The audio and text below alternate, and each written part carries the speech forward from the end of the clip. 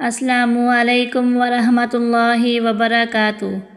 بسم اللہ الرحمن الرحیم۔ توبہ کے نفل کس طرح ادا کریں؟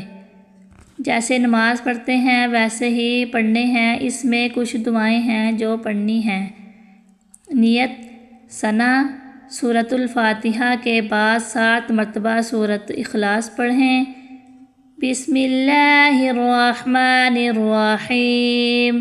قل هو اللہ احد اللہ الصمد لم یلد ولم یولد ولم یکن لہ کفوا احد۔ رکوع میں چلے جانا ہے۔ رکوع میں جا کر 7 دفعہ یہ دعا پڑھنی ہے: سبوح قدوس ربنا ورب الملائکۃ والروح۔ اس کے بعد کھڑے ہو جانا ہے۔ 7 دفعہ پھر یہ دعا پڑھنی ہے: حمداً کثیراً طیباً مبارکاً فیہ۔ اس کے بعد سجدے میں چلے جانا ہے۔